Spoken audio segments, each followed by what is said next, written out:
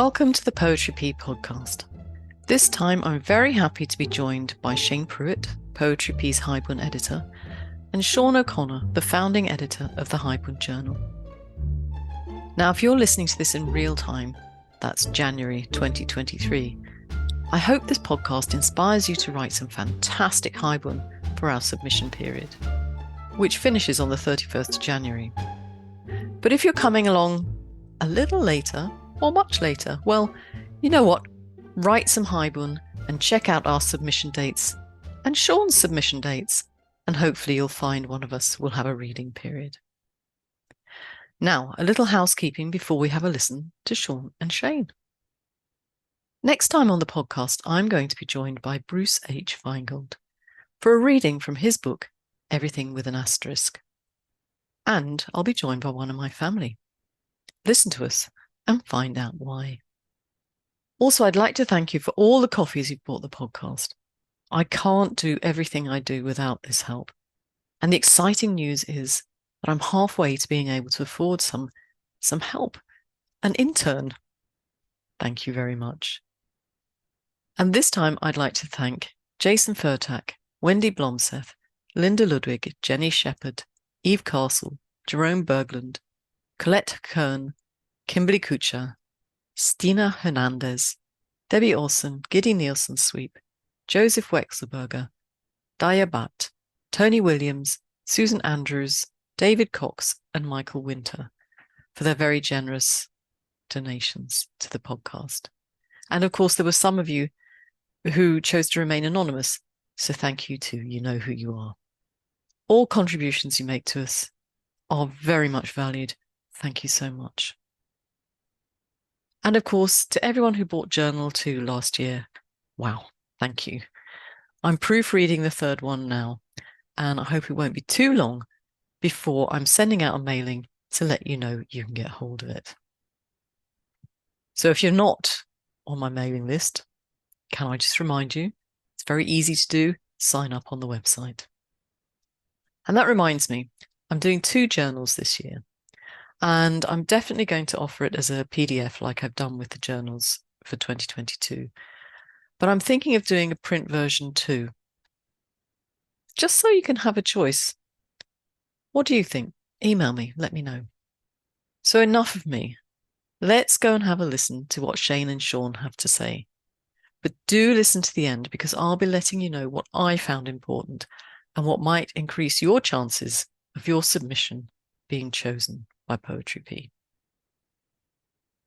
Now, if you've listened to Series 5, Episode 19, one where Sean O'Connor joins us to talk haibun, I'm guessing you've been looking forward to this bonus episode, the one where Shane Pruett and I get to ask Sean questions.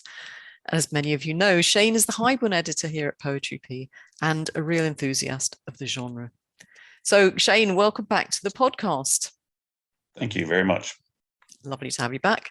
And of course, Sean is here to take our questions. Hello, Sean. Delighted to be back. Hello, Shane, and hello, Patricia.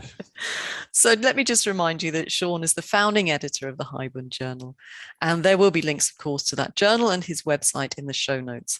And you can find out lots about Sean on his website and buy his books too. The latest, Fragmentation, was a winner of the HSA Merit Book Award for Best Haibun Book, and he'll be reading some work from it on our Poetry Pea Readings podcast next year. So now I'm going to start off by inviting Shane to give you the first question, Sean. Over to you, Shane. Thank you, Patricia. Really appreciate it. Sean, really great to have you here. One of the things that you spoke of that really stuck with me was the contextualization, that the sentences that we add were originally intended to contextualize or to place a frame around the haiku that are being presented. And you demonstrated that with often just on the death of a child, or, I mean, it was a very short piece of prose. Today, we write haibun that are much more expansive. And so I'm wondering, when you're looking at this as an editor or as a writer, how much prose? How do you kind of decide how much context, how much story to tell? It's very difficult to answer that in general, because as a writer myself, I start off with haiku, but sometimes I might just write a few words between two haiku, and occasionally I might write a page and a half. It'd be 500 words. So I don't think there's any rule of thumb that I can give, except that if you're turning pages of prose and there's no haiku for quite a while, you might begin to wonder if you're still reading a haibun. And people have done that. There are so-called haibun novels and all of that, and there's a haiku every once in a while. If you lose your way along the road, if you begin to no longer recognize the journey as a haibun, then there's definitely gone too far.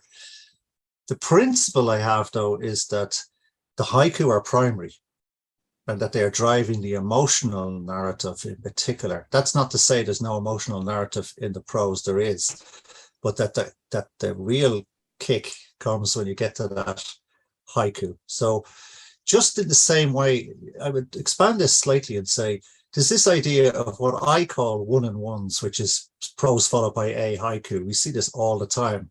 And I write a lot of these, and I'm happy with them. And people sometimes forget that the haiku might be first, and there might be no other haiku, be a haiku followed by prose. And it's a similar point. I mean, how is this structured is what you're really asking. So in that structure, sometimes we could write a sequence of haiku in a row in the middle of the prose. It could be prose followed by 8 haiku in a row, which we see a lot in Japan. And you see it a lot in Narrow Road to the Deep North in particular. There's often a dozen haiku in a row. So this notion of the structure is really what you're asking me. In the end, if the reader has forgotten that they're reading a haibun because there hasn't been a haiku for a long time, you could be pretty sure it's too far. On the other hand, there may be 8 haiku in a row, and people forget that possibility. Or it may be a long piece of prose that's 500 words, for sake of kind of a page and a half on a journal, followed by a sequence. And again, I'm encouraging writers to think more broadly about the structure of the piece. To the basic point is the haiku drive everything, and the haiku are the point of the whole thing. And we lose sight of that. We're just writing prose and we're adding haiku in it. Don't know what to say, a slightly ad hoc way. Mm-hmm. I give a lot of haibun workshops, and the people who attend my workshops are always very surprised by this, to hear this. They say, I write prose and then I put a haiku and I might write some more prose. I said, that's great. And if you can do it, that's great. It's just, I've never done it. And I don't know any Japanese have ever done it like that. Maybe they have. I just want to follow that up with a question we had from one of the community, or a point they made. Where does the haiku come in the sequence of things? And I think from what you're saying is that there is no rule. It can be at the beginning, it can be in the middle, it could be at the end. And like you said, there can be a whole sequence. Be a bit sort of free thinking in the way that you put it together, would you say? I think the answer to this lies in the approach, because if you're approaching it, I'm going to tell a story and I'm going to tell it as a haibun. Mm-hmm. Then you're required to have prose and at least one haiku. You know that. Mm-hmm. So if you start off with, I know what the story is. It's about the old lady who murdered the bishop, and on a cold winter's morning. And so you start writing your prose. The old lady, it was a cold winter's morning and the bishop was coming along the street, and so on. And then you put in your haiku, and then you're finished. Well, fair enough. But what I'm advocating is a different approach. You contemplate the story and start to write haiku about that, if you like. And now you've got your haiku, and there might be quite a few of them. So then you think, well, do one of these haiku act as a very good scene setter? Should I put one of those haiku first? Because actually I see one here now, and if I open up at that sets up the cold, frosty morning in the winter, and a sense of jeopardy. There's going to be a murder, so it can't have any the snow is falling outside and that's it. Oh no, we need jeopardy in here. And you happen to look at and that might naturally evolve when you're contemplating such a thing.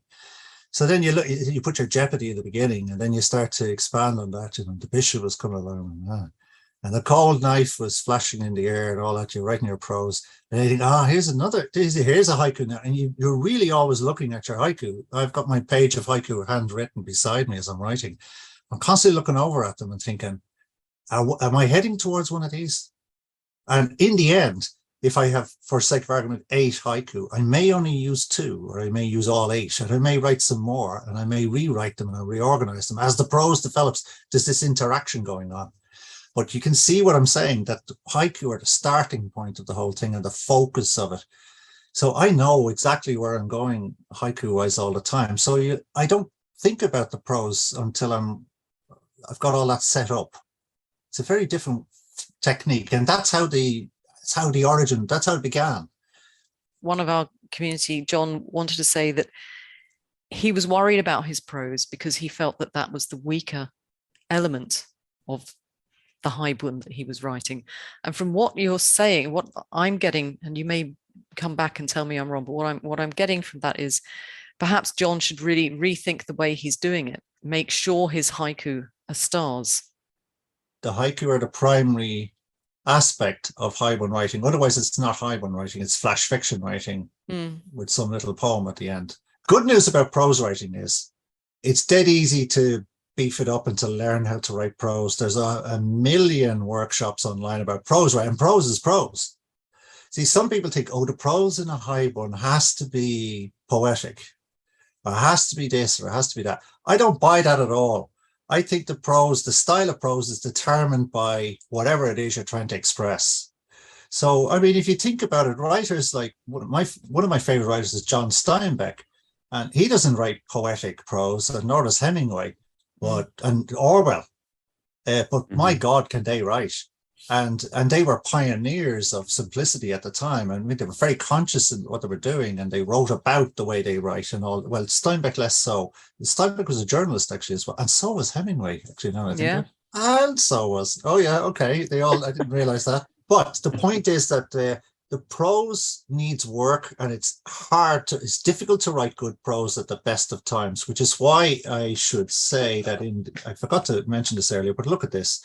My opening editor's preface in the very first issue of the Haibun Journal says the following in paragraph 2: to compose worthwhile haiku can be surprisingly difficult. Adding to that task the writing of prose poetry in combination with haiku is a big ask. And that's why I think the haibun form is one of the most difficult forms to get into on the planet. I can't think of a more difficult way of writing.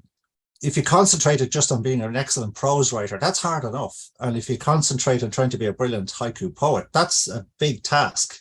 To be really good at it, to be recognized and be citable, and to be so citable, which is the target here, that members of the public will be able to cite your work off the top of their head in the same way as they do other poets. You know, everybody can, I wandered lonely as the cloud. And to write citable haiku that are award-winning and recognized and get the Nobel Prize, there's your task. And then to do the same with prose is very difficult. To do the two together in one form is, let's face it, a very tall order. So I don't think people should balk at the fact that it's difficult. We know it's difficult. So I'm trying to help you get out of the difficulty by saying you've got 2 tasks here, but your primary one is still the haiku. And getting that emotional resonance of the story so that it is literature and it's not journalism, if you know what I mean. There's your big task. And it's a great task, and when it works, it's superb. I mean, when you hear somebody read a haibun that's really laden with emotion and dread or whatever's going on, or beauty or whatever, and you're passionate about it, when you like the way some people speak about a lot of mainstream writers. I heard you speaking about Claire Keegan from Ireland earlier, and you were so animated. But we need people to read haibun and be animated by them, and we need them to hear a haibun read aloud and be engrossed and captivated. And that's the task of all writing. It's no more difficult than writing good short stories in a way, but it's got that added dimension that you're trying to write poetry as well. When we read for our journal, quite often Shane will write me a note and said, this one's just not engaging me. Isn't that right, Shane?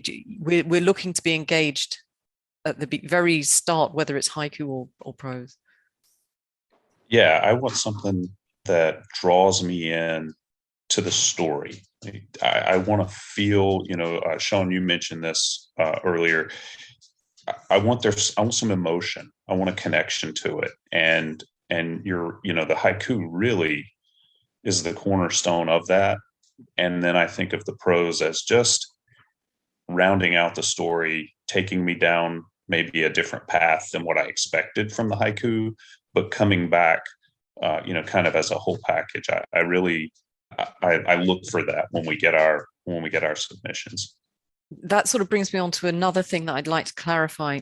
You spoke in the workshop about Sean, the prose and the haiku having different rhythms. Is that also what we're looking for? We should see a change in rhythm between the two pieces. Yeah, you see, a well-written haiku has a very clear rhythm. And therefore, you can't, if it's well written, when it's read aloud, you cannot avoid the fact that something has happened here, because that is a different rhythm to prose. It's just that it is a break in the rhythm. More to the point, it's almost like we've arrived at rhythm now, because prose does not demand a strict rhythm. You can alter the rhythm. It's natural to alter the rhythm. Even the way I'm speaking now, I am altering my rhythm. Sometimes I might pause, and other times I might hesitate. Then I might speak really quickly because I get very animated all of a sudden. And that's how we write prose. But when I'm reading a poem, it's I wandered lonely as a cloud that floats on high o'er hills and dales, and all at once I saw a crowd. And it's very, very clear that there's rhythm engages us. Now, I'm a former professional dancer, and I'm always a long time professional musician. And we drive everything with the rhythm. We depend on the rhythm to drive it. We get confused about that even slightly. If anybody starts going off signature with the rhythm, the whole thing falls down. But you can hear the clarity in music and dance, the clarity of rhythm.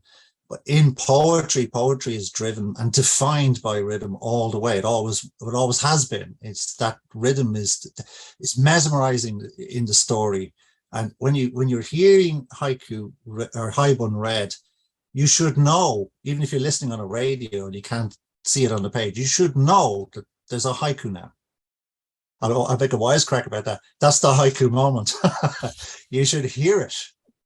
And then if it switches again to prose, you should hear that now it's prose again. That clarity is what we're driving for. And it makes a big difference when you read it to a live audience, as I regularly do in Ireland. We're a very oral tradition in Ireland. We want to hear the work. You can sense the audience getting up on the edge of their seat when the haiku comes in. And there's this, I read on radio recently, even over the radio, people were saying, those haiku. And how did they know? How did they know? People say, well, that's second haiku in that piece. Well, how did they know? Because I don't go, I'm now going to read a haiku bit. I'm just reading. I'm just telling the story. And it's like Isa. And then the scabs fell off and we began to feel encouraged. And then we started praying to the God. And but unfortunately, and it's all going on, it's just prose for this world of Jew. Is just a world of Jew. And yet, that's a haiku. Something has changed and you're drawn to it. And you can hear the sudden change in tone, rhythm, and it's emotionally laden. And it all starts to come together. And in that case, I don't think Isa could have written anything after it. That's now the end. That goes back to your question, Shane. That stopped the prose. That particular haiku in that case put an end to that. That wasn't going any further. Absolutely, I agree that is that example. Really, the story's done. There's nothing else you can say. That was actually very powerful. If people haven't heard you read it on the original workshop, they should go back and listen to that. That was very moving indeed. I want to talk about the haiku again. I'm sorry, but as you said, it's the primary driver here. I don't know whether we talked about it in great depth or you talked about it in great depth on the workshop, but the role of the kigo. in the haiku. How do you feel about that? Long before I went to Japan, back in the 90s, I was the editor of a print journal based in Ireland called Haiku Spirit. Okay. And I did eight issues from 1998 to 2000. It was founded by Jim Norton in 95. And we did 20 issues over 5 years. And that was in the year 2000. It was 2008 when I moved to Japan. So I had 8 more years of being very engrossed in haiku writing and all that. And I really did think there was very little I didn't know about haiku. Because I've been already 20 years writing and I've been the editor of this journal. And you know what I mean? I was full sure I knew. So then I arrive in Japan and I start studying Japanese, and I'm living in a village where no one speaks a word of English. And I start interacting with the haiku scene there. And out of nowhere, I start to notice everybody goes, well, of course there's kigo. Of course, you can't not have a kigo. No kigo's no haiku. And I go, now hang on a minute. Now we've been writing haiku for years, not really worrying about this kigo business. And they're going, oh, well, they're not haiku. That's tanchi. They're just short poems. But the clarity with which the Japanese have is, no, a kigo is an essential requirement without which it's just not a haiku. It might be brilliant, and it could be stunning, and it could be the best 3-line haiku, or the 2-line or 3-line or 1-line poem in the world, but it's just not a haiku. It's just non-negotiable. It's not an opinion. We don't discuss it. Nothing to say here, nothing to see. So I've gone, all right, okay, hang on a minute. I was been publishing all this stuff for years with no kigo, and I didn't care about that. As I was working with the Japanese over a long period of time, in Japanese in particular, I began to realize that this business of kigo is something really important here. And I listened to their struggles with it, and I listened to, attending a lot of workshops all the time. I mean, it's prolific in Japan. 8 million active writers of haiku in Japan. And the penny dropped with me when, well, they told me, it's about the emotions. It's about the emotions. What is the emotional driver of this piece? What are you trying to direct the reader to feel? And that's where the kigo comes in. It's a tool for developing emotional resonance with the reader.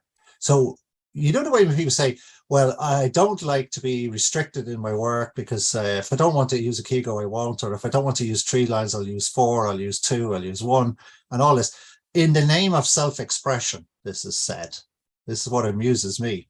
And what I realized was that people who don't buy the idea of a form in the name of self-expression, and I'm going to make a big statement here, in general are not as very effective of expressing themselves. Because I read it and I'm going, what am I supposed to conclude here? What am I supposed to feel when I read it? It's clever, it's good, it's interesting, but I'm there going, where's the poetry in this? Whereas when you deliberately sit down in a room doing a workshop on haiku and they're all saying, yeah, but what emotion are you directing the reader to feel? Now notice the language. You're directing the reader. You are deciding that this is going to be painful. You're deciding that this is about loss. You're going to make them laugh or you're going to make them cry, but you're going to make them do something, or that's your attempt. So the intentionality of the emotional quality in haiku is very clear when you listen to the Japanese try and construct their kigo. They are openly saying, no, it's not sad enough. It's sad. Well, that's an interesting kigo. It's sad, but no, this is about the death of the child. We need to crank it up here. Or no, it's really about the gorgeousness of this situation that we're talking about. So it's actually slightly too sad. I need this to be uplifting. How are we going to make it uplifting? And we think of what kigo are we choosing in that sense? So this is really self-expression in the sense that the writer is owning what's going to happen here. The irony is writers don't express themselves. They express the world.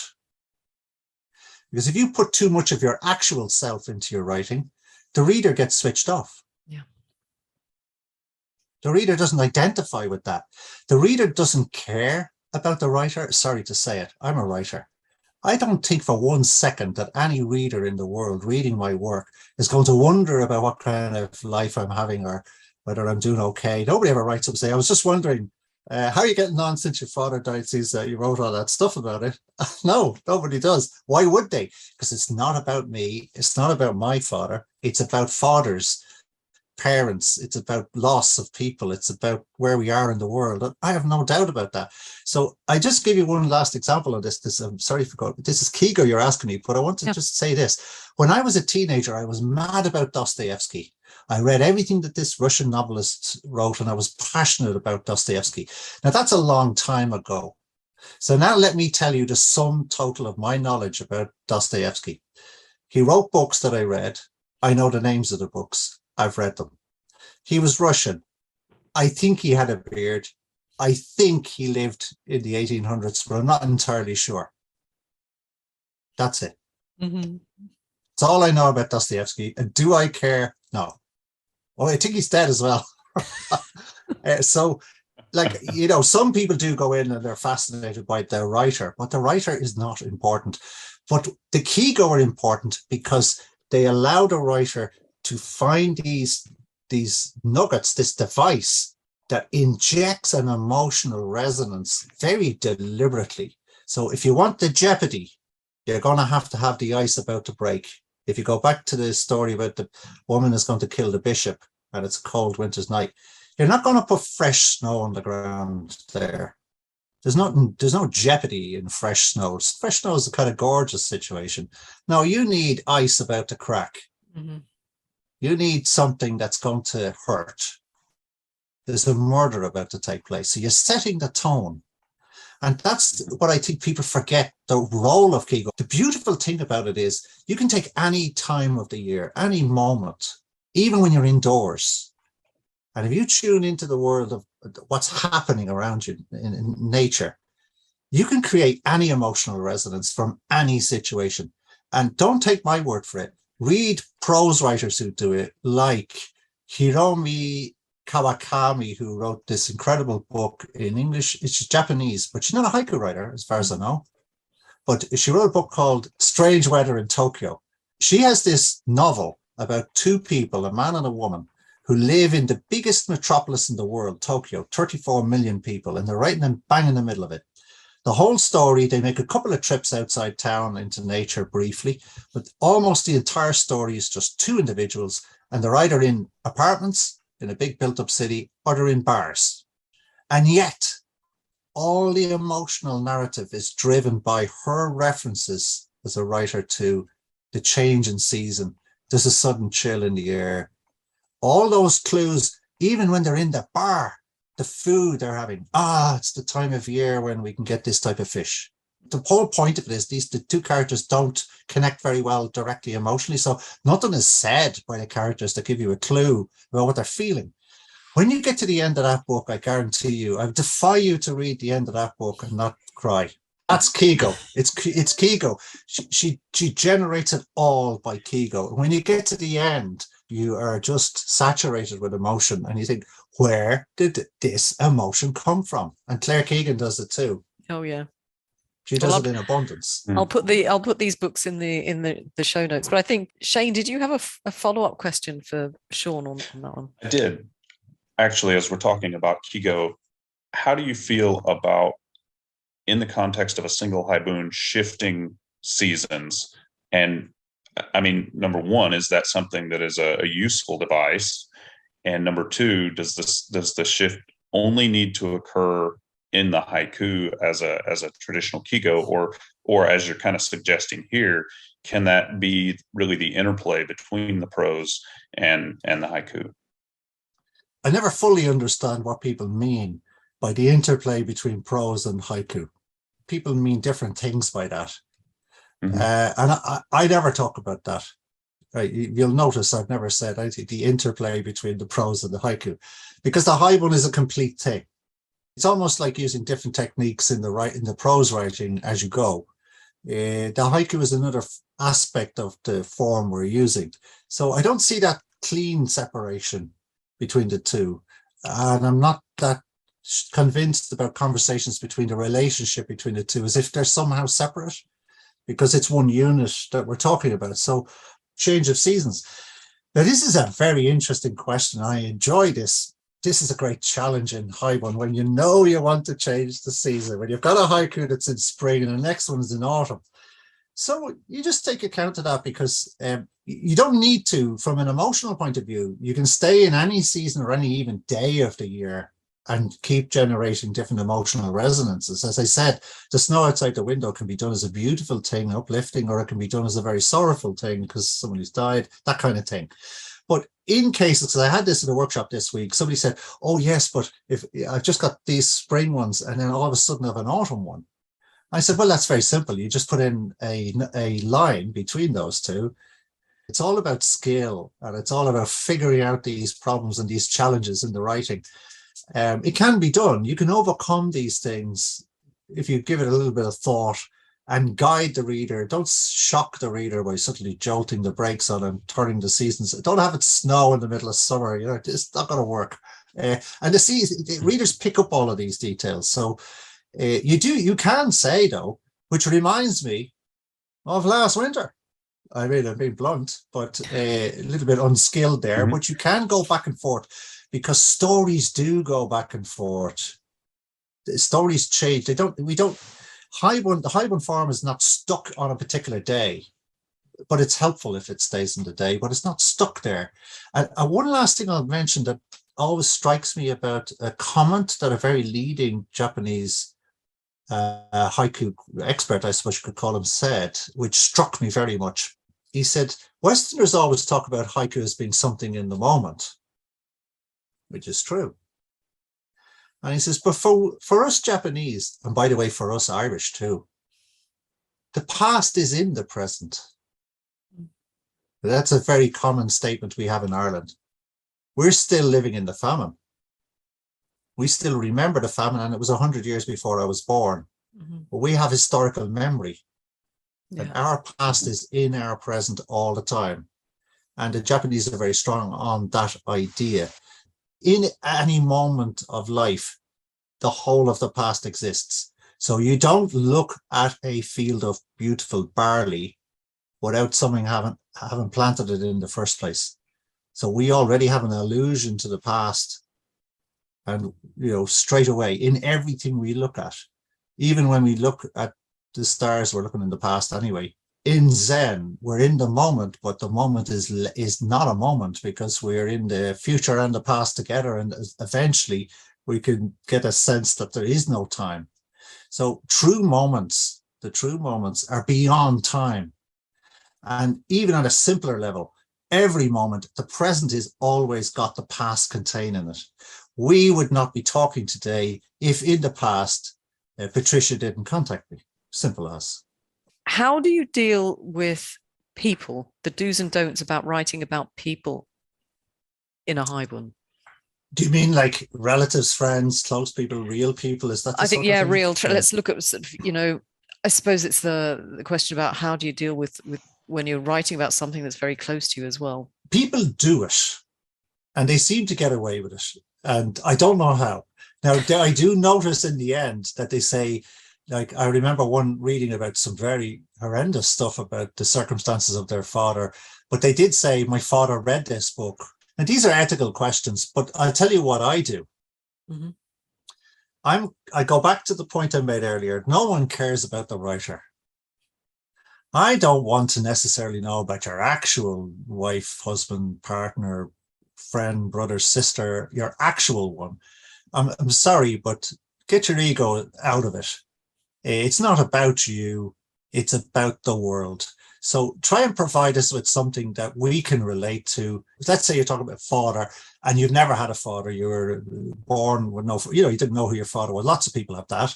And so people that never had a father can still read it with aplomb. I've never had a child, but I'm very moved by Isa's account of the death of his 7-year-old girl. He's not going on about his own stuff there. He's talking about the reality of what he went through. Mm-hmm. And you notice he's cared about how he talks about his wife's reaction and them together. And the pain of the reality of that situation comes across beautifully because it's unegotistical. And I think egotistical writers like to tell us all about what they had for their breakfast and the blood stains in the bathroom and just personally, I think avoid all of that and stick to the general thing. Now, I have a joke going at the moment that I have clearly written fragmentation about my experiences with my father. But here's the twist. The twist is I would get, if the CIA themselves put all their resources into trying to find out, based on what they read in the book, who my father is, they'll be hard pushed. Because every detail about my father has been changed. And I dedicated the book to him, and I said, dedicated to my dad. So you don't know his name. Mm. The mountains outside the window were changed for similar mountains in another area. My family who know him, obviously, you know, his own family were laughing at me saying, what do you mean putting that river there? I said, that river's 100 miles away. Said, yeah, but it's a similar river, isn't it? You know, mm-hmm. So where he lives exactly, what he exactly did. And then what I did on top of that was I took stories of other people I'd worked with dementia and integrated them and referred to them as my father. Yeah. So at no point can you get my actual father. But what's really strange is when I read the review in, I think it was Frog Pond, or somebody recently wrote a little review about when it won the award. I was very struck when the writer said the words that you can sense the writer's comradeship or camaraderie with their father. Mm-hmm. I was really moved by that because I didn't realize it. Mm-hmm. I didn't realize the camaraderie that we had until a long time after the book was published. And I read this last week and I was quite startled by this.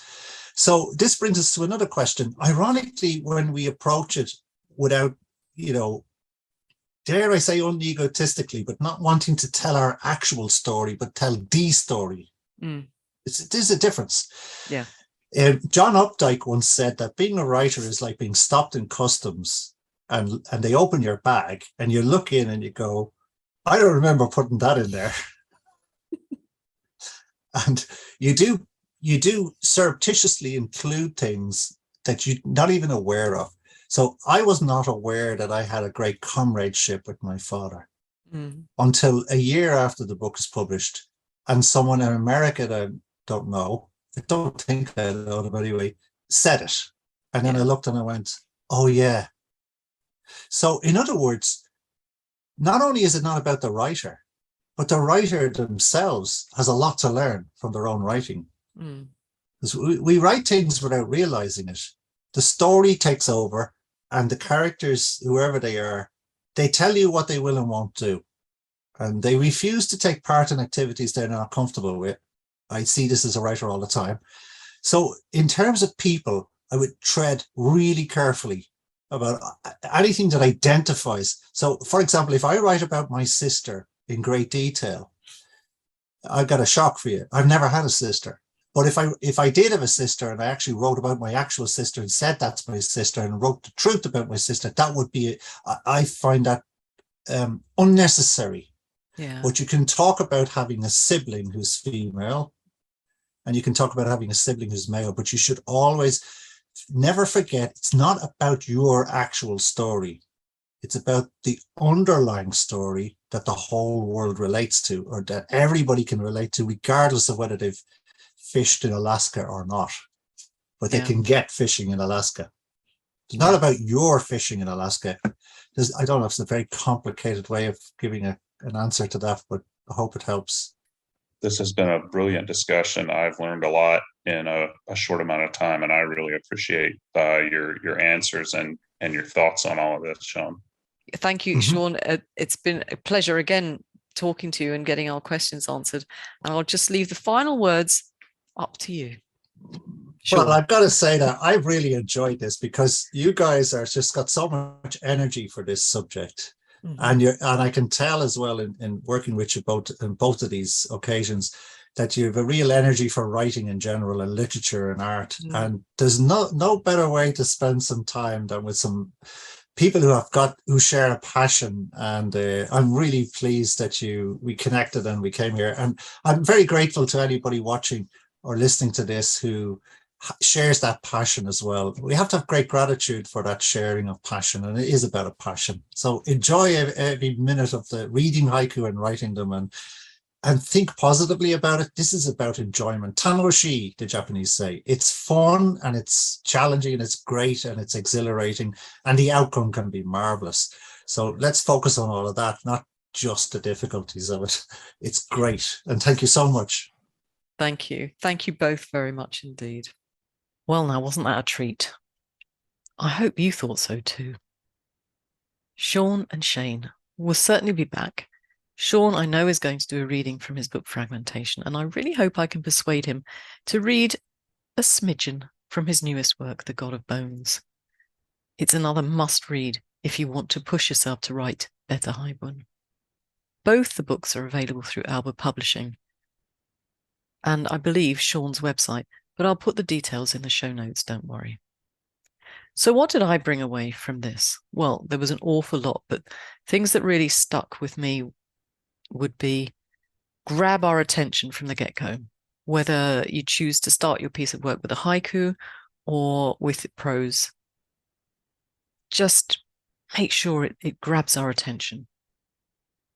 And if you haven't tried writing the haiku first, give it a go. See how that works. Let us know, which do you prefer, writing your prose or writing the haiku first? And something that's really stuck with me is the idea of putting too much of myself in the piece. As Sean said, it's not about you or me. It's about the underlying story that the world can relate to. And perhaps what I'd also say what struck me is the importance of kigo to your work. But actually, if you've been listening to me at all, you know how important I think kigo is for all the reasons that Sean said. So those are the things I thought were important. If I've missed something, email me, let me know. It's always good to know what you're thinking. Helps me to give you better podcasts. And just as an aside, I'm actually reading Strange Weather in Tokyo at the moment. Haven't got to the end, so I don't know if I'm going to be in tears yet. But I am enjoying it, and I'm definitely connecting with the characters. And the book I read by Claire Keegan was Small Things Like These, which, as Sean said, I'm absolutely passionate about. I loved it so much. Sean also worked on a film of her book. The book was called Foster, and I think the film's called The Quiet Girl, but details will be in the show notes. And I believe Sean got a credit on the film. My. We are working with celebrities these days, aren't we? So, thank you for joining us today. It's really wonderful to have your company and not to be just talking into the void. As Sean said, this is about enjoyment. So, until we meet again, keep writing. And if I've left anything out of the podcast notes, do let me know and I'll sort it out for you. Ciao!